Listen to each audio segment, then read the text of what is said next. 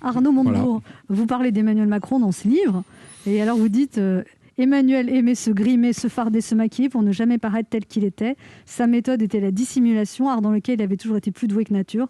C'est ainsi qu'Emmanuel Macron, le théâtreux, devient peu à peu, à mes yeux, une sorte de Julien Doré de la politique. Comme Julien Doré, Emmanuel Macron aime à changer de costume, de registre, de conviction à la vitesse du vent. Emmanuel est finalement un chanteur de variété. C'est-à-dire, d'abord, c'est un hommage à Julien Doré. Vous avez une réaction de Julien Doré? Oui, il est vieux. Oh, foutez-moi la paix. Je comprends, il n'est pas là-dedans, le malheureux.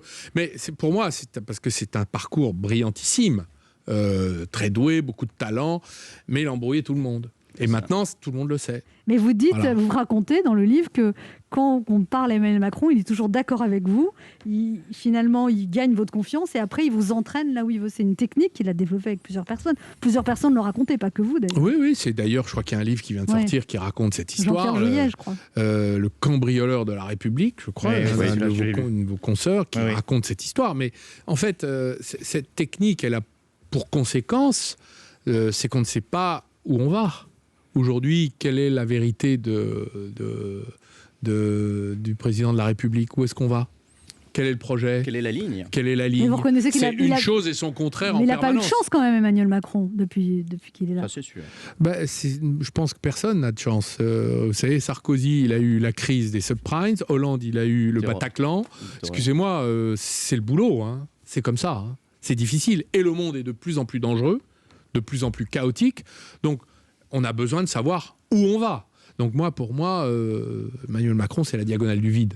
Voilà. Quand il propose un cap avec de la clarté, vous voyez ni cap ni clarté. Je sais pas, ça a C'est changé violent combien quand de même, fois? c'est violent, diagonale du vide. La diagonale du vide, c'est que vous ne savez pas où il emmène le pays.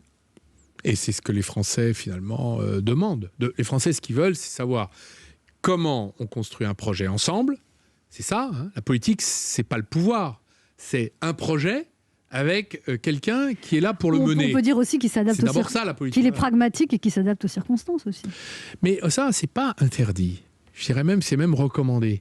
Mais dans ce cas-là, vous expliquez en quoi vous avez été obligé de prendre un chemin de traverse par rapport à ce que vous vouliez faire. C'est ça, les circonstances font les hommes aussi. Et à partir de là, tout le monde est capable de comprendre ça. On fait tout ça dans notre vie. Donc il faudrait plus dire la vérité alors. Je crois qu'on en a besoin pour rétablir la confiance. On a un problème de confiance dans notre société française.